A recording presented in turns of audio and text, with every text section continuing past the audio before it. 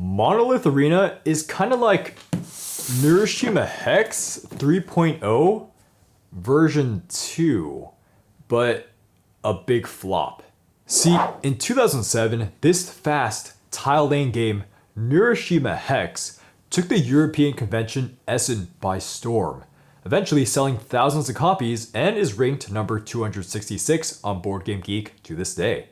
So Portal Games decided to take this system and bring it to North America in the form of Monolith Arena. But Monolith Arena just did not do well despite going off of this beloved system. It didn't do well at all. Like, at all. Monolith Arena is a spin-off version of Neuroshima Hex, where they took the Mad Max post-apocalyptic theme, made it fantasy, and added an optional monolith mechanic. Players will take the role of one of the four factions, laying tiles in a battle arena to reduce their enemy's banner health to 0. On their turn, they'll draw so they have 3 tiles in hand, discard 1, and then decide what to do with the rest, as they can place them in any open space. Battles do not happen until someone plays the battle order tile, in which units, or champions, on the board will attack in initiative order. So the 3s would go first, then the 2s, then the 1s, and then the 0s. Yep, the banners are all 0 initiative, so they actually do a melee or adjacent attack in every direction. So before we delve into this game flopping hard, let's talk about the good stuff that just didn't see the light of day. First, the components are good quality all around, with the player boards having this matte finish that feels great to hold. The monolith pieces are also thick plastic for the stacking that you'll do with them. And the game is super easy to set up. To play the game, all you have to do is grab your Ziploc bag with the tiles in them and put your health marker and banner on the board. This gets the game going so fast.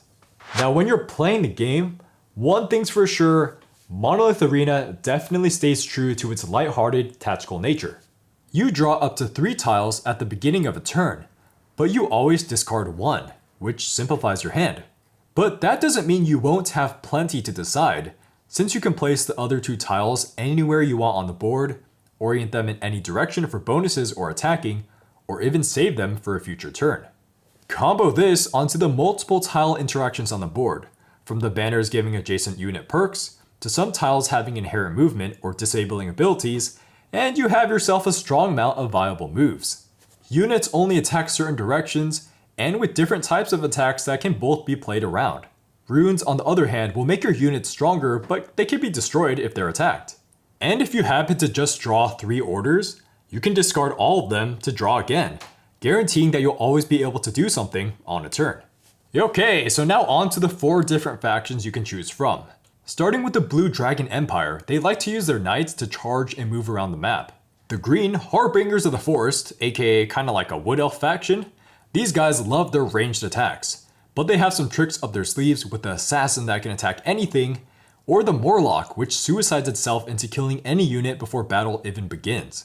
And then there's the Orange Guardians of the Realm, which are really beefy with lots of health, and they have strong units like the fast battle platform to help secure their positions. At last, you got the Red Lords of the Abyss, which, yeah, they're like the demon guys. Yeah, these guys have the weirdest stuff, with units that can teleport or even spawn in enemy units, and then there's plenty of disabling units they can just utilize on their enemies. Or how about their Poison, which can cause their enemies' units or banners to take damage at the start of every combat. Each of the factions will have a healthy blend of different orders, runes, and units that all allow counterplay of every other faction. But what's more, all of the banners will always give adjacency bonuses to their units, which means that you can always think through your faction's strengths. The Harbingers of the Forest will be constantly jumping from tree to tree and doing whatever Wood Elves do because of their banner, and the Guardians of the Realm will want to just sit tight next to theirs because that gives all their surrounding tiles, including the runes, 1 more health. On top of this asymmetry balance, there's also some reasonable luck mitigation.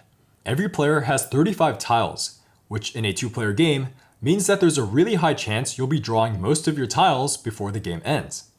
If you draw a bunch of super strong units early, keep in mind that you won't be drawing them again, so maybe you need to make sure those units don't die. The game actually ends when anyone runs out of tiles to draw, so if you're ahead, maybe you just want to keep emptying your hand to always draw 3 tiles to end the game early. And so, yep, there's definitely a luck factor in terms of what you're drawing each turn, but there's a way to reduce this in terms of the monolith mechanic. So this monolith is a plastic tower where you hide 2 tiles under your banner before the game. On a turn, instead of playing a tile, you can just say, "Let me show you my monolith," in which your monolith isn't a monolith anymore and unfolds on the map.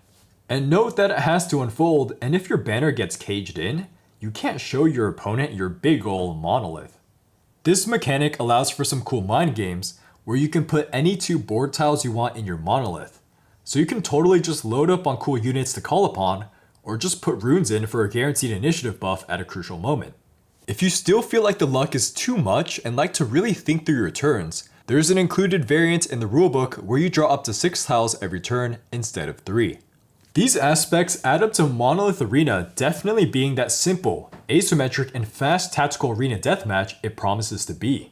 The learning curve is gentle due to players quickly ruling out foolish tile placements early, and there's good replayability from mixing and matching the 4 factions.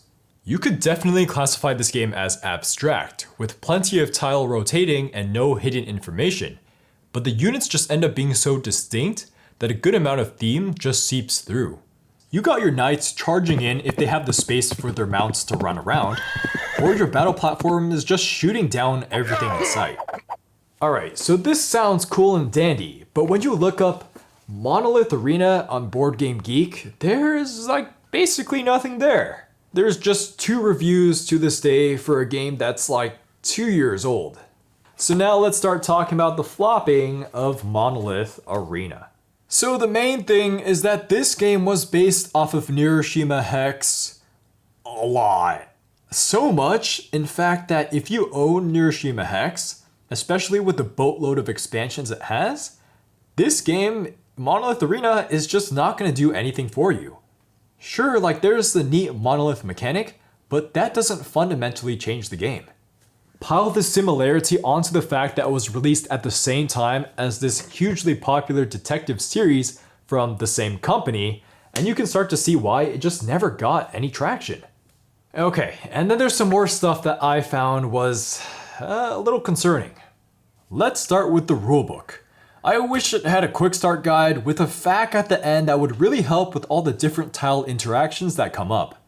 Similarly, the faction reference guides are really wordy.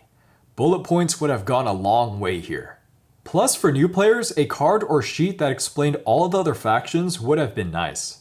But the most unfortunate misgiving was the multiplayer. See, Monolith Arena is advertised as a 2 to 4 player game, but the 3 or 4 player variants are just clearly not balanced. The 2v2 makes the permanent poison mechanic, which can stack and hurt a team's banner before every battle, way too strong in these longer multiplayer games because you can't ever remove it.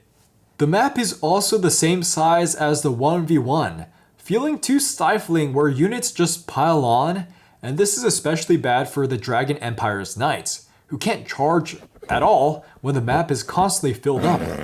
The 1v2 is better, but the guy on his own team is gonna take twice as many turns as the other 2 playing against him, which makes him deck out really quickly. Just don't play with the poison faction and it's doable, but still definitely crowded. This multiplayer imbalance really sucks because there's actually a decent amount of teamwork in these modes, as you can rotate your allies' pieces and allied tiles get bonuses off of friendly banners. And one more thing that caught my attention. See, Monolith Arena is a 2-player game where players are drawing tiles and playing them, and it takes about 30 minutes and wait a second. Yeah, that sounds a lot like a trading card game, huh? Like, maybe like Magic or like YuGiOh. So yeah, if you're already into those games, Monolith Arena, with its lack of deck building and not as nuanced units, is probably out of the question. Unless you really want tiles and a board for a 2-player game. And so, all of these add up to Monolith Arena being in a really tough place despite being cleverly designed. It's an engaging, fast experience where faction asymmetry works well, but not in-depth enough to get the attention of 1v1 players addicted to Say, the cardboard crack of Magic the Gathering. Maybe Monolith Arena should have been more casual oriented, but the player aids and the rulebook definitely don't help with that. And then the giant hammer on top of it all is that if you like these tactical two-player games, well, Neuroshima Hex exists.